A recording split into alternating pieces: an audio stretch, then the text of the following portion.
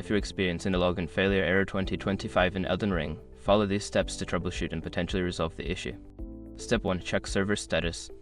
Visit the official Elden Ring or Bandai Namco website to check if the game servers are down for maintenance or experiencing issues.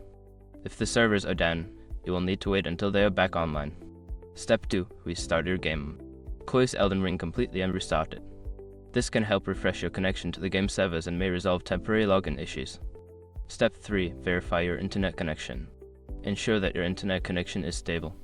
You can do this by testing your connection with other online services or games.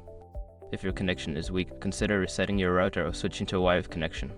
Step 4. Update the game. Make sure that your game is updated to the latest version. Check for any available updates on your gaming platform and install them, as updates often include fixes for known issues. Step 5. Reinstall the game. If the problem persists, consider uninstalling and then reinstalling Elden Ring. This can resolve any corrupted files that may be causing the login failure. If you follow these steps and still encounter issues, consider reaching out to customer support for further assistance.